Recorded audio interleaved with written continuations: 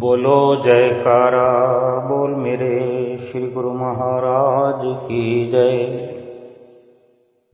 सभी गुरुमुख प्रेमियों से सप्रेम जय सच्चिदानंद।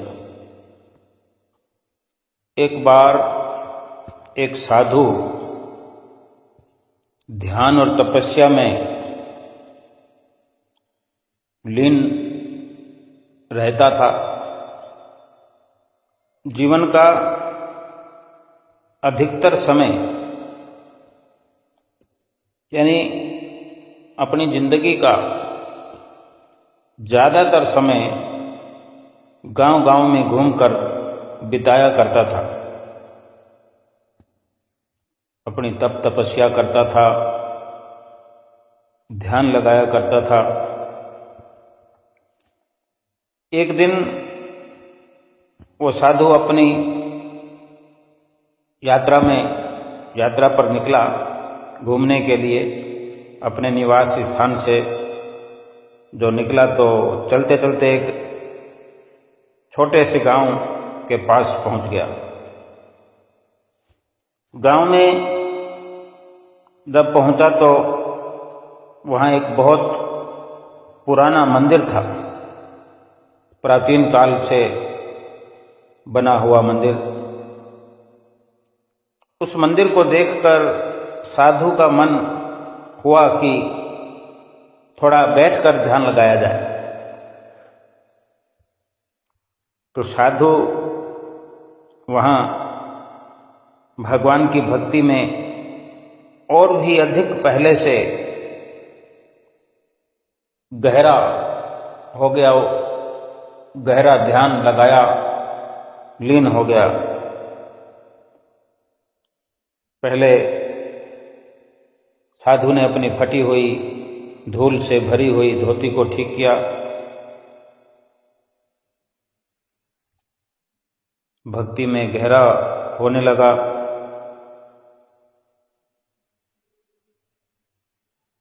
भगवान के दर्शन के लिए जब मंदिर में प्रवेश किया तो मंदिर में भगवान की मूर्ति के सामने हाथ जोड़कर साधु ने कहा, हे प्रभु, आप तो अत्यंत दयालु और कृपालु हैं। आपने मुझे बहुत कुछ दिया है। मैं आपके इस जीवन दान के लिए आपका दिल से, हृदय से आभार व्यक्त करता हूँ। मैं आभारी हूँ। आपका यही प्यार, यही आशीर्वाद मेरे ऊपर सदा बना रहे। और इस प्रकार से प्रार्थना कर रहा था, भक्ति में डूब रहा था। उस वक्त एक नास्तिक व्यक्ति जो मंदिर के पास ही बैठा था, साधु की ये बातें सुन रहा था। साधु की बातें सुनकर हंसने लगा, मजाक उड़ाने लगा। उसने साधु का मजाक उड़ाते हुए कहा, अरे तुम तो एक फटी हुई पुरानी धोती में घूम रहे हो, तेरे पास कुछ है भी नहीं। क्या है तुम्हारे पास? और तुम कह रहे हो भगवान को कि बहुत कुछ तुम्हें दिया है भगवान ने। ये कैसी अजीब सी बातें कर रहे हो? साधु से वो व्यक्ति कहता है। उस व्यक्ति को नास्तिक कहा जा सकता है। और यही इस दृष्टांत में उसको कहा गया कि एक नास्तिक व्यक्ति जो आया तो उसने ऐसी बात करी। क्योंकि जो नास्तिक होता है वही ऐसी बातें करता है भगवान पर जिसको विश्वास नहीं होता। वो क्या समझेगा किसी भक्त के भाव को, किसी साधु के स्वभाव को। तभी वो ऐसा कह रहा था कि क्योंकि साधु की जो दशा थी, दिन भर घूमता फिरता था, तो कपड़ों की दशा भी ऐसी हो ही जाती है और घूमने से थक भी जाता है इंसान। लेकिन भक्ति भाव रखने वाले, भक्ति करने वाले, भगवान से प्रीत करने वाले, वो भगवान से ऐसी ही बातें किया करते हैं। क्योंकि संतुष्ट है, वो संतोषी है। संसार में जो संतोषी प्राणी है, संतोष करने वाले कि जो भगवान ने दिया है उसमें खुश रहते हैं। भगवान की कृपा को बहुत ही पर्याप्त समझते हैं कि जो कुछ मिला है वो सब भगवान की कृपा से और वही पर्याप्त है। लेकिन नास्तिक व्यक्ति संसार का धन देखते हैं, संसार के साजो सामानों को भगवान की कृपा समझते हैं, लेकिन साधु के पास कुछ नहीं है और जो कपड़े पहने वो भी धूल मिट्टी से भरे हुए हैं, फटे हुए हैं, लेकिन वो साधु संतुष्ट है। और भगवान से कितनी सुंदर बात वो अपने भाव से प्रकट कर रहा है, कह रहा है, बोल रहा है। और वो नास्तिक जो है, ना समझ है और उसका मजाक उड़ा रहा है। तो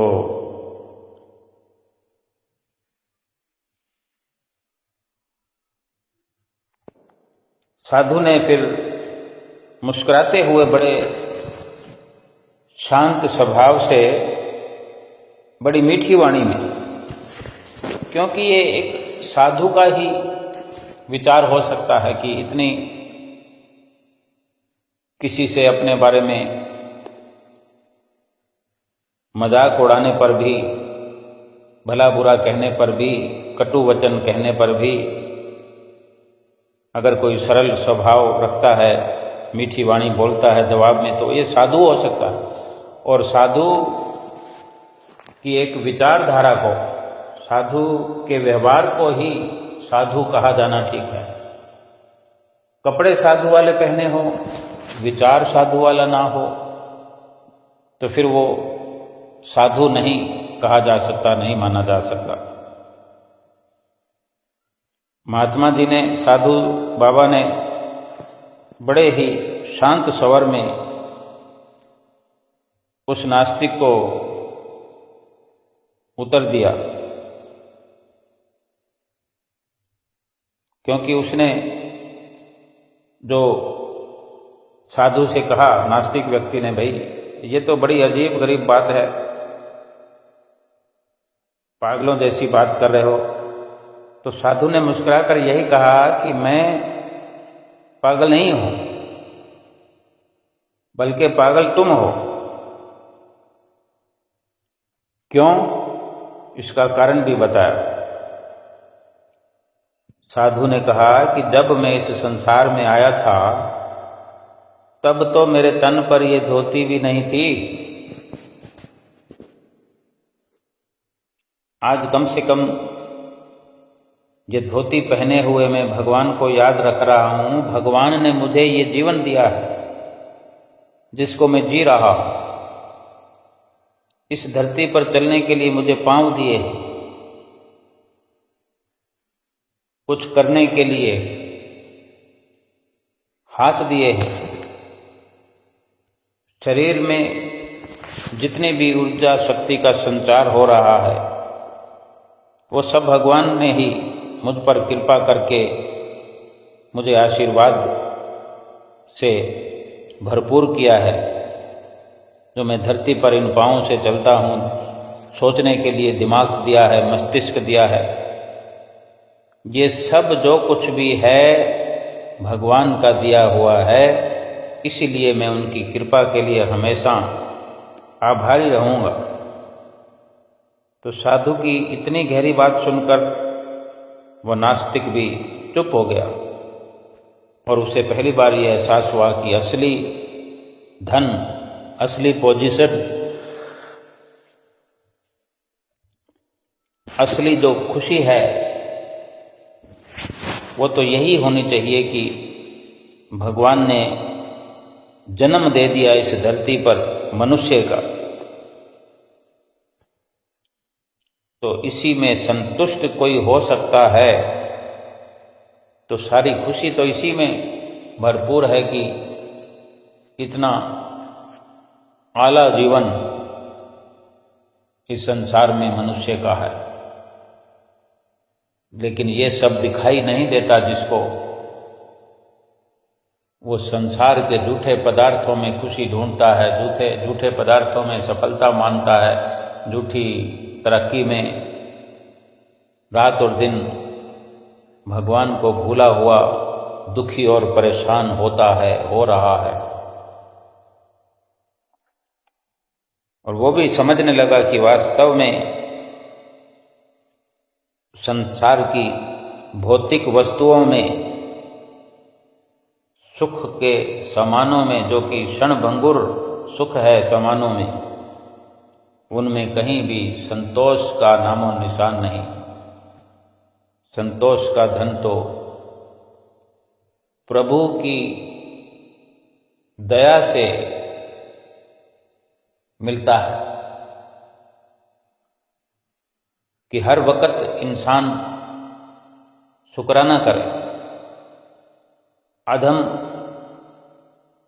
बड़े अच्छे से विचार कर सकते हैं कि महापुरुष कितना हमें मार्गदर्शन कराते हैं, सही राह पर चलाते हैं। हम बिछड़े हुए हैं जाने कब से, लेकिन हम वक़्त के संत सतगुरु की चरण शरण में जो आ गए हैं, हमारा बिछोड़ा खत्म हो गया। हमें सतगुरु ने भक्ति की राह पर लगाया। एक संतोषी जीवन हमें मनुष्य जीवन देने के बाद सतगुरु का जो मिलाप प्रभु ने कराया है, ये बहुत बड़ी दौलत है इस दुनिया में, अगर हम समझ सके। महापुरुषों ने वचन फरमाए हैं कि गौ धन, गज धन, बाज धन और रतन धन खान, जब आवे संतोष धन तो सब धन धूल समान।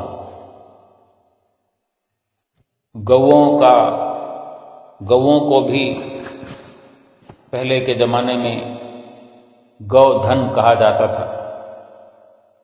ये चर्चा में रहता था कि कितनी गायें हैं किसके पास, गौधन कहा जा सकता था। और यही माना जाता था कि वो फलां व्यक्ति जो है इतनी गायों का धन अपने पास रखता है। गज धन, हाथियों का कितना झुंड है किसके पास, या एक प्रकार से कहें कि एक राजा के पास ही इतनी मिल्कियत होती थी। गायों का झुंड होता था, हाथियों का भी झुंड होता था, और हीरे मोतियों की, रत्नों की खान होती थी, क्योंकि राजा का उन सब पर अधिकार होता है। गायों का झुंड हो, हाथियों का झुंड हो, गौधन, गज धन, बाज धन, बजाने वाले, गाने बजाने वाले,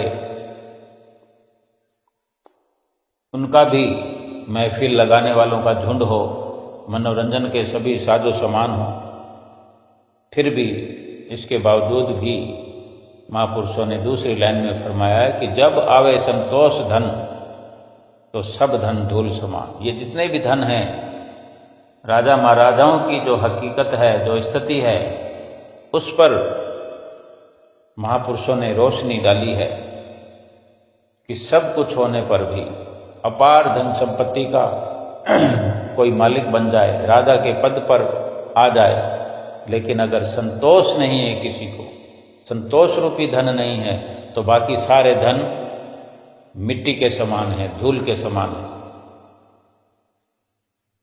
क्योंकि आज एक भगवान का भक्त जो है संसार की धन दौलत संपदा को ठोकर मार देता है। जब तक उसे संसार का धन बहुत कीमती लगता है, संसार के सामानों में सुख नजर आता है, संसार के सामानों में अपनत्व बना रहता है, संसार की तरक्की को तरक्की समझता है, तब तक उसमें से कुछ भी वो भगवान के लिए भी छोड़ता नहीं है, भगवान को ही छोड़ करके भटकता रहता है। लेकिन जब समझ आने लगती है तो भगवान के लिए वो संसार की सारी धन संपदाएं धीरे धीरे छोड़ना शुरू कर देता है, त्याग करना शुरू कर देता है। हमारे पास क्या है? तन मन धन, ये शरीर है, मन है यानी हमारे विचार है, सोच है, हमारी विचारधारा है, और धन जो संसार का सब कुछ आ गया उसमें।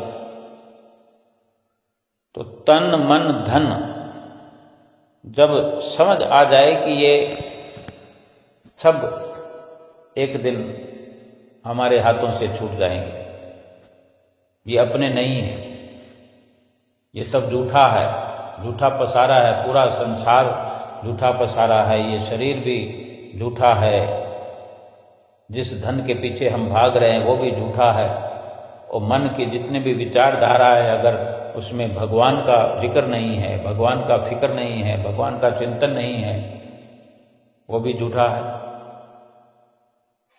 जब समझ आने लगती है सच और झूठ की, तो फिर वही इंसान इस शरीर से सेवा करने लगता है, शरीर को सेवा में लगाता है,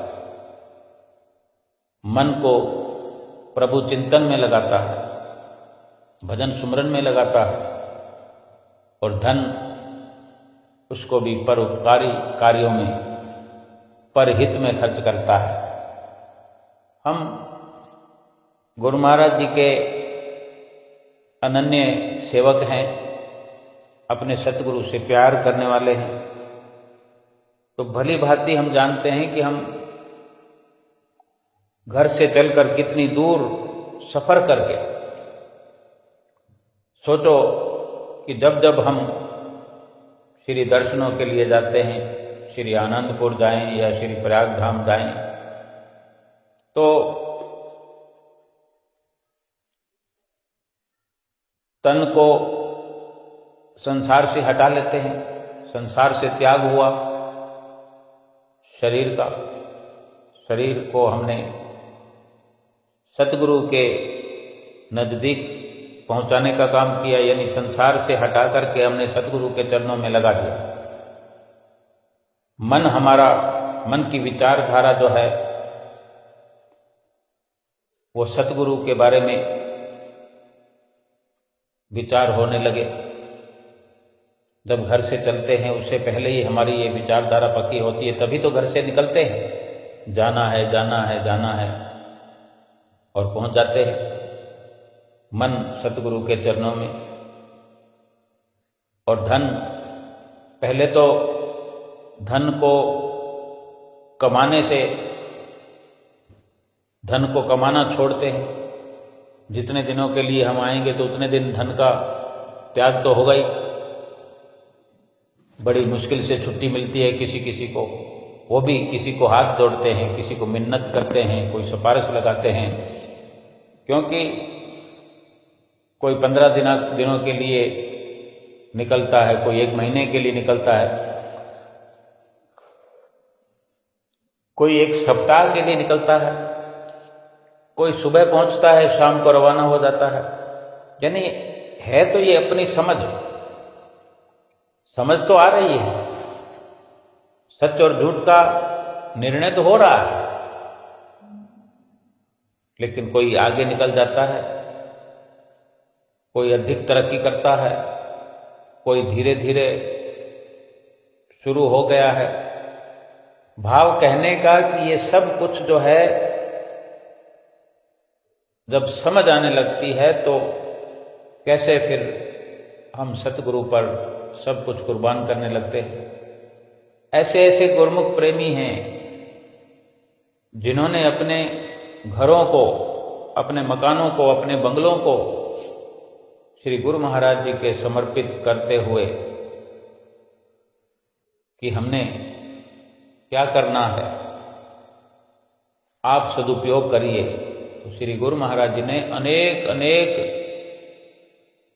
मकानों को अनेक अनेक शहरों में, बल्कि हिंदुस्तान में नहीं विदेशों में भी ऐसे कई दृष्टांत हैं, ऐसी कई लीलाएं हैं, कई कथाएं हैं। हमारे श्री परमहंसों ने वहां आश्रम बना दिए, सत्संग भवन बना दिए। सोचो कितना बड़ा सदुपयोग हुआ कि उस सत्संग घर के अंदर कितने गुरुमुख प्रेमी रोज के रोज भगवान का भजन करने के लिए, भगवान का स्मरण करने के लिए, सेवा करने के लिए, आरती पूजा करने के लिए वहां पहुंचते हैं। और जहां संगत गुरुमुख प्रेमियों की होती है, भगवान के भक्तों की होती है, तो भगवान भी तो वहीं पहुंचते हैं। एक बार महर्षि नारद जी भगवान के पास भगवान का दर्शन करने गए और देखा तो वैकुंठ में पहुंचकर देखा भगवान वहां पर थे नहीं। थोड़ा इंतजार किया और भगवान आ गए। तो भगवान ने नारद जी को देखकर पूछा भी, आओ नारद, हालचाल पूछा, कैसे हो? तो नारद ने कहा कि मैं तो ठीक हूं भगवान, दर्शन करने आया था, लेकिन मेरे मन में एक विचार आया है। आप मुझे बताओ कि क्या आप हर वक्त वैकुंठ में नहीं रहते हो? वैकुंठ जो मैंने खाली देखा, हर कोई जानता है कि वैकुंठ में भगवान रहते हैं। मैं ये पूछना चाहता हूं कि आप हर समय वैकुंठ में नहीं रहते हैं, तो फिर कहाँ आप योग साधना करने वालों के दिल में हर वक्त रहते हैं? या आप, जो नारद जी ने पूछा, तो क्या आप योग करने वाले, साधना करने वाले योगियों के हृदय में रहते हो हमेशा? भगवान कहते, मैं वैकुंठ में तो हर वक्त नहीं रहता। तभी तो नारद ने पूछा, क्या आप योगियों के हृदय में रहते हो? फिर तो भगवान ने कहा कि मैं योगियों के हृदय में भी हर वक्त नहीं रहता। तो नारद जी ने कहा कि फिर आप और फिर कहाँ रहते हैं? किसके हृदय में, किसके दिल में हर वक्त निवास करते हैं? तब भगवान कहते हैं नारद जी से कि हे नारद, जहां और जब भगत लोग मिलकर के मेरा कीर्तन करते हैं, सत्संग करते हैं, महिमा गाते हैं, मुझे याद करते हैं, मेरा ध्यान लगाते हैं, मेरा सुमरण करते हैं, मैं उनके दिलों में हर वक्त 24 घंटे उनके दिलों में निवास करता हूं। यानी इस प्रकार तो वैकुंठ तो सत्संग में हुआ कि जहां भगवान की महिमा गाई जाए, भगवान के गीत गाए जाएं, भगवान का ध्यान लगाया जाए, सुमरण किया जाए। भक्त लोग जहां इस प्रकार से सत्संग करते हैं, वही वैकुंठ हुआ। यानी हमारे श्री गुरु महाराज जी सिंहासन पर विराजमान होते हैं। भगत जन, सेवक जन सब सतगुरु के चरणों में उपस्थित होकर के सत्संग रूपी तीर्थ में गोता लगा रहे होते हैं। निश्चित तौर पर, निश्चित रूप से सतगुरु के रूप में ही भगवान स्वयं स्थूल रूप से, प्रत्यक्ष रूप से विराजमान होते हैं और सूक्ष्म रूप से हर उस भक्त के, उस सेवक के दिल में विराजमान होते हैं जो नित्य निरंतर सतगुरु के वचनों की पालना करते हैं, सतगुरु का ध्यान करते हैं, सतगुरु का सुमरन करते हैं। तो हर गुरुमुख के दिल में भी वैकुंठ है। हर गुरुमुख के दिल में जो भगवान बसते हैं तो उसका दिल वैकुंठ हो गया, उसका दिल भक्ति से भरपूर हुआ और वो सत्संग, वो तीर्थ, वो प्रत्यक्ष रूप में, स्थूल रूप से वैकुंठ है। कहीं ना कहीं सत्संग होता रहता है, कहीं ना कहीं गुरुमुख प्रेमी सत्संग, महिमा, भजन, कीर्तन गाते ही रहते हैं। इतना बड़ा संसार है, 24 घंटे कहीं ना कहीं कीर्तन होता ही रहता है।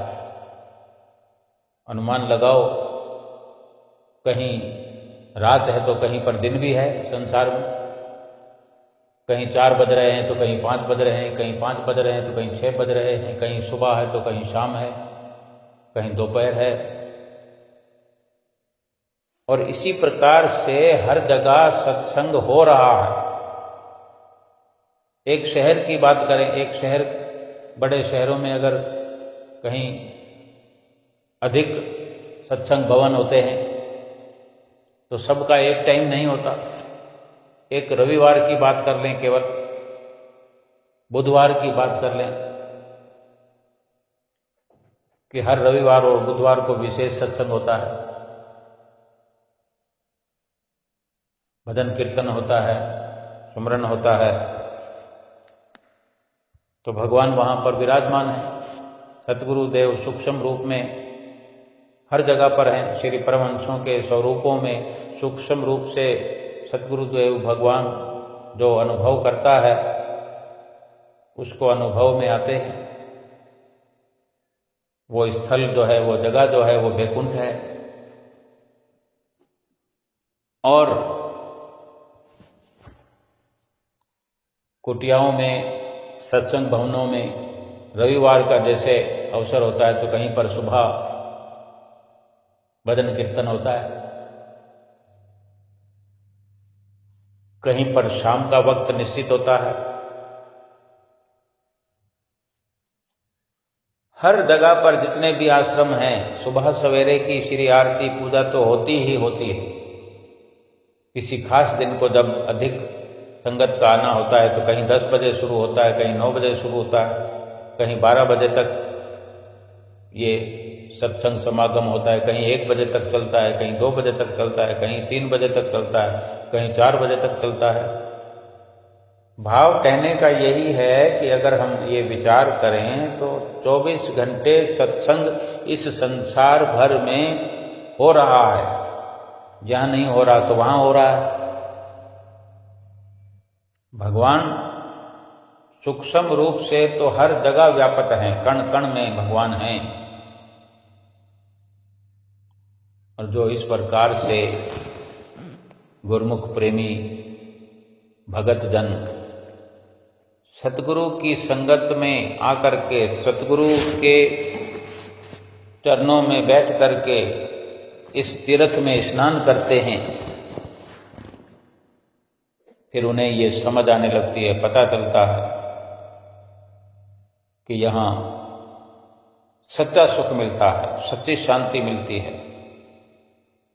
और वो अनुभव करने लगता है, अपना तन मन धन कुर्बान करना शुरू कर देता है।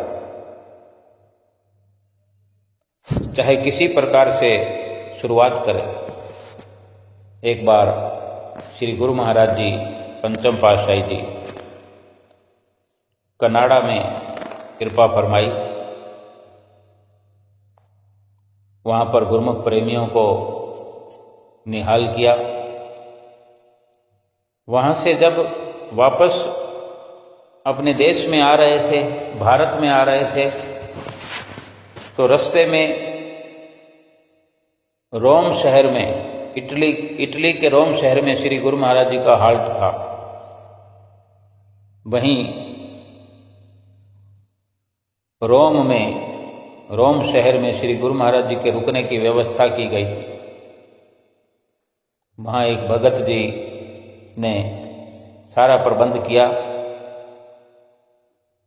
और जहाँ से भोजन बनकर आता था, अब वहाँ इतने गुरुमुख प्रेमी सत्संग के लिए जो आते हैं वो थोड़ा दूर से चलकर आते हैं। वहाँ जो होते हैं उस जगह पर गुरुमुख प्रेमी, वो तो सत्संग में आकर के अपने घर जा सकते हैं, फिर आ सकते हैं। सुबह कोई आता है, वो सुबह का प्रोग्राम करके चला जाए, फिर दर्शनों का प्रोग्राम जैसे भी होता है वो दोबारा आ सकता है, जितनी बार चाहे आ सकता है, जा सकता है। लेकिन कोई 100 किलोमीटर दूर से आया है, कोई 200 किलोमीटर दूर से आया है, अभी जैसे श्री आनंदपुर में श्री गुरु महाराज जी विराजमान हों, तो अशोक नगर से कोई चलकर आएगा तो वो सुबह पहुंच कर के या रात को श्री आनंदपुर में कोई अशोक नगर से आए, 35-40 किलोमीटर दूर है, 45 किलोमीटर दूर है, तो रात को पहुंच करके रात को वहाँ रुक करके सुबह श्री आरती पूजा करके वो चाहे तो अपने ऑफिस, अपने काम धंधे पर वापस आ सकता है, या शाम को पहुंच सकता है अपने घर वापस, रात को अपने घर जाके सोए, सुबह की श्री आरती पूजा भी करे, शाम के दर्शन भी करे, शाम की संध्या वेले की श्री आरती पूजा भी करे। अब कोई 200 किलोमीटर दूरी पर हो, कोई श्री आनंदपुर 200 किलोमीटर दूर से कोई आए, तो वो वापस तुरंत तो नहीं पहुंच सकता, वो 2 दिन भी रुके। तो खाना खाने के लिए व्यवस्था श्री गुरु महाराज जी ने, श्री दरबार में तो बहुत फर्स्ट क्लास व्यवस्था है कि अपने ही लंगर हैं, सब सारी व्यवस्था है रहने का और का। लेकिन जहाँ श्री गुरु महाराज जी कहीं बाहर जाते हैं तो वहाँ सारी व्यवस्था तो करनी पड़ती है। तो वहाँ भी रोम में जब श्री गुरु महाराज जी पधारे तो वहाँ रुकने की व्यवस्था जो हुई थी, तो एक भगत जी ने जो सारा प्रबंध किया था, तो भोजन बनकर भी जहाँ से आता था वो एक तमिल व्यक्ति का कोई रेस्टोरेंट था, वहाँ से भोजन बनकर सबके लिए आता था। क्योंकि श्री गुरु महाराज जी का थोड़ा ही प्रोग्राम होता है, 2 दिन का भी अगर प्रोग्राम हो कहीं पे, तो सारी व्यवस्था फिर ऐसी होती है कि गुरुमुख प्रेमी जो दूर से आते हैं, आसपास के इलाकों से सभी गुरुमुख प्रेमी पहुंच जाते हैं। और श्री गुरु महाराज जी इसी प्रकार ही वहाँ गुरुमुख प्रेमियों को निहाल करते हैं, एक जगह रुक जाते हैं और आसपास के दायरे में जितनी सुविधा हो सकती है गुरुमुख प्रेमी आकर के श्री गुरु महाराज जी के दर्शन करते हैं। फिर कहीं और श्री गुरु महाराज जी कृपा करते हैं, फिर वहाँ के आसपास वालों को सबको सुविधा देते हैं। तो वहाँ जो रेस्टोरेंट से खाना बन के आता था, वो रेस्टोरेंट एक तमिल व्यक्ति का था, तमिलनाडु के व्यक्ति का रेस्टोरेंट था वहाँ पर। तो जब श्री गुरु महाराज जी वापस जाने लगे, वापस जाने का प्रोग्राम बना, तो जो भगत जी सारा इंतजाम देख रहे थे, व्यवस्था कर रहे थे, तो वो उस रेस्टोरेंट वाले का हिसाब करने के लिए गए।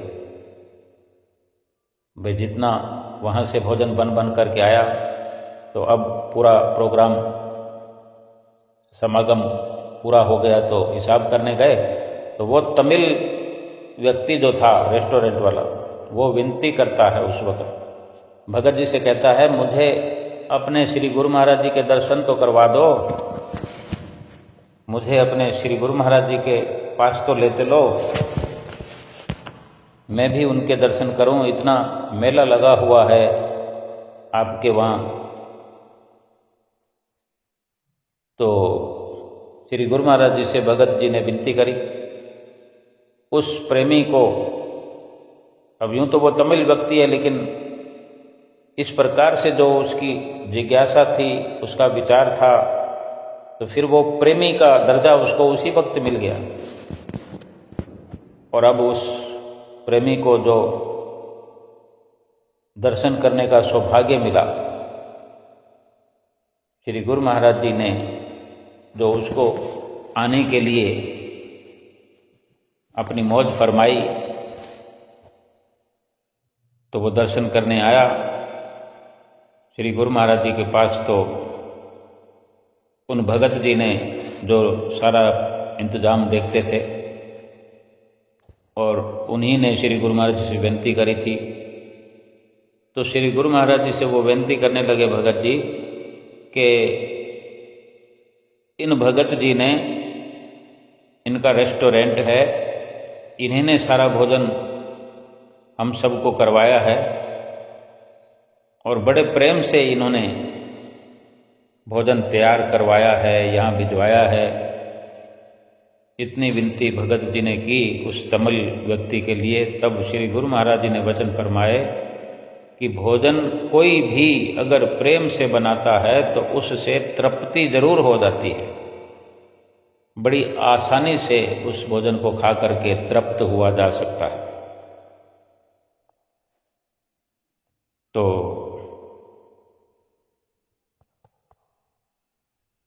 श्री गुरु महाराज जी उस व्यक्ति से कहने लगे, उसको संबोधित करके कहने लगे कि जिस तरह शरीर को स्वस्थ रखने के लिए भोजन की जरूरत होती है, उसी तरह आत्मा को स्वस्थ रखने के लिए आत्मा को भी भोजन की जरूरत होती है। आत्मा को भोजन कैसे मिलेगा? आत्मा का भोजन क्या है, ये हर किसी को तो पता नहीं होता। और श्री गुरु महाराज जी हर किसी को उसी के अंदाज में, उसी की भाषा में, उसी के कार्य से समझाया करते हैं। भोजन की व्यवस्था करने वाले को भोजन से ही उदाहरण देकर श्री गुरु महाराज जी समझा रहे हैं, वचन फरमा रहे हैं। श्री गुरु महाराज ने फरमाया कि आत्मा को स्वस्थ रखने के लिए भोजन की जरूरत आत्मा को भी पड़ती है, लेकिन आत्मा को भोजन कब मिलता है? जब ये जीव सतगुरु की, सतपुरुषों की शरण में आ जाता है, यानी उनकी शरणागति में आ जाता है, उनकी शरण हासिल करता है। जब जीव के जन्म जन्मांतरों के पुनीत कर्म फल देने को आते हैं, तब जाकर उसे महापुरुषों की चरण शरण मिलती है। तो ये वचन सुन करके, क्योंकि श्री गुरु महाराज जी उद्धार कर रहे थे, सारी रचना श्री गुरु महाराज जी की स्वयं आपकी होती है कि कब किस वक़्त किसका उद्धार होना है। तो वो प्रेमी तमिल व्यक्ति जो था, श्री गुरु महाराज जी के दर्शन कर और वचन सुनकर रोम शहर के व्यक्ति का रोम रोम खिल गया। जब भगत जी उसके बिल के पैसे देने लगे तो उसने पैसे लेने से भी मना कर दिया और कहने लगा कि आज तो श्री गुरु महाराज जी ने मेरा जन्मों जन्मों का बिल चुका दिया है। फिर जब श्री गुरु महाराज जी और महात्मा जन हवाई अड्डे पर आए तो महात्मा जी ने कहा, उस प्रेमी के बारे में, तमिल व्यक्ति के बारे में महात्मा जी ने कहा, स्वामी जी साड़ी इत्थे नवी संगत बन गई है, क्योंकि उस प्रेमी ने शरणागति हासिल कर ली। तो श्री गुरु महाराज जी ने फरमाया कि ये नई संगत नहीं सी, ये जन्मा दी विछड़ी हुई रूह सी, ਜਿਹੜੀ ਅੱਜ ਸਾਨੂੰ ਮਿਲੀ है। यानी कोई कहे कि मैं किसी संगत को लाया हूं, बेशक वो जरिया बन करके पुरुषार्थ करते हुए, सेवा भाव से सेवा करते हुए अपने वक्त को सफल करता है, लेकिन श्री गुरु महाराज जी का जो इशारा है, जो गुरु महाराज जी समझाना चाहते हैं, वो यही इशारा है कि सभी गुरुमुख प्रेमी हम जो बिछड़े हुए हैं, हम नए नहीं हैं। आज कोई भी अगर पहली बार श्री गुरु महाराज जी के दर्शन कर रहा है या दर्शन करने का विचार कर रहा है, तो ये सोच लो, ये यकीन कर लो कि पहली बार नहीं मिल रहे हैं। जो अभी नहीं मिले हैं श्री गुरु महाराज जी के, जिसने दर्शन नहीं किए हैं और करने का विचार कर रहा है, अपने अंदर ये विचार हिलोरें ले रहे हैं, उथल पुथल मची हुई है कि मैं कब जाके दर्शन करूं, तो यकीनन ये पहली बार मिलन नहीं होगा, बल्कि अनेकों बार हम पहले मिलते आए हैं, बिछड़े हुए थे और फिर से मिल रहे हैं। लेकिन हम हैं, हमारा नाता जो है जन्मों जन्मों का है। ऐसे अनेक प्रसंग आते हैं कि सत्संग में सत्पुरुषों के बैठ करके कितना हमारे अंदर उथल पुथल होती है। कोई ऐसे विचार, ऐसे विराग उत्पन्न होते हैं कि काया पलट होके रह जाता है। एक सत्संग का प्रसंग है कि क्या कुछ सत्संग से हमें समझ आने लगता है, सत्संग का क्या लाभ हमें होने लगता है। कि एक जगह सत्संग हुआ करता था, कोई महात्मा जी सत्संग किया करते थे, नित्य प्रति सत्संग हुआ करता है जहाँ सत्संग भवन होते हैं। एक प्रेमी जो हमेशा आया करता था, उसको एक दोस्त से मुलाकात हुई, तो इत्तेफाक से जो वो भगत जी सत्संग में आया करते थे और जो उनको दोस्त मिला, उससे भी कह दिया कि मैं जा रहा हूँ सत्संग सुनने, आप भी चलो। और उसने कहा ठीक है चलो, वो भी चल पड़ा, पहली बार आया। अब सत्संगी की, सत्संग करने वाले सत्संगी की कोई संगत करेगा तो वो भी सत्संगी बन ही जाएगा। ये सब सत्संग का प्रताप है। हमें पुरुषार्थ करना पड़ेगा, लेकिन सत्संग के अंदर ऐसी रोशनी मिलती है कि फिर जीव अंधेरे से निकल कर के रोशनी में सफर करने लगता है। वो नया प्रेमी जो उसके साथ हो लिया, चल पड़ा, सत्संग में पहुंच गए। महात्मा जी ने सत्संग सुनाया, सभी अपने अपने भाव के अनुसार सत्संग का लाभ प्राप्त करते हैं और कर रहे थे। सत्संग की समाप्ति हुई, सब चल पड़े। अब भीड़ के अंदर कोई कहीं बैठा होता है, कोई कहीं बैठा होता है। दो लोग साथ में आते हैं, लेकिन साथ में हो सकता है ना बैठ पाए, कोई आगे बैठ गया, कोई पीछे बैठ गया। तो वो प्रेमी भी, दोनों जो आए थे दोस्त, अलग अलग कहीं बैठे हुए थे और भीड़ के अंदर सब लोग उठ कर के जब जाने लगे, सब चले गए वहाँ से बाहर सत्संग से, क्योंकि सत्संग का प्रोग्राम खत्म हो गया, फिर दूसरे बार फिर आना होता है। तो सब अपने अपने घरों को चल दिए, वहाँ से सब चले गए। वो जो नया प्रेमी था वो बैठा रहा और वो महात्मा जी बैठे हुए हैं। बाकी सबको अपना अपना काम होता है। महात्मा जी के शिष्य वगैरह सब अपने काम में लगे थे, किसी का कोई ध्यान नहीं। एक महात्मा जी ने देखा कि एक प्रेमी जो है बैठा हुआ है और सिर को अपनी गर्दन को झुकाए हुए बैठा है, मुंह ऊंचा नहीं कर रहा, ना खड़ा हो रहा। तो महात्मा जी ने देखा और अनुभव किया कि ये व्यक्ति जो है, ये प्रेमी जो है, मुंह नीचा किए हुए, गर्दन को नीचे झुकाए हुए रो रहा, सुबक रहा। तो उसको बुलाया, नज़दीक बुलाया और पूछने लगे, भाई प्रेमी क्यों रो रहे हो? सब तो चले गए, तुम बैठे हुए सिर झुकाए और रो रहे हो, क्या कारण है? बताओ, कोई परेशानी है तुम्हें, कोई दुख है, कोई तकलीफ है? तब वो खड़ा होकर के नज़दीक महात्मा जी के चला गया और हाथ जोड़कर बेनती करने लगा, महाराज मुझे कोई दुख नहीं है, कोई परेशानी नहीं है। दुख है तो केवल इतना ही है, मुझे शरीर से कोई दुख नहीं है, किसी प्रकार की कोई परेशानी नहीं है। लेकिन आज सत्संग में मैं पहली बार आया, पहली बार आकर के मुझे जो सुख मिला है, जो शांति मिली है, जो अनुभव मैं कर रहा हूँ, वो मैं बताता हूँ, निवेदन करता हूँ। वो ये है कि मैं इसलिए रो रहा हूँ कि मैं पहले बचपन से लेकर जवानी की अवस्था तक मैंने ये अनुभव किया कि मेरे बाल काले थे, मन भी काला था, क्योंकि सत्संग से ये मुझे समझ आई कि अगर मेरा मन काला ना होता तो सत्संग में मैं आया करता था। लेकिन आज आया हूँ, पहली बार इतना समझ पाया हूँ कि मेरे बाल तो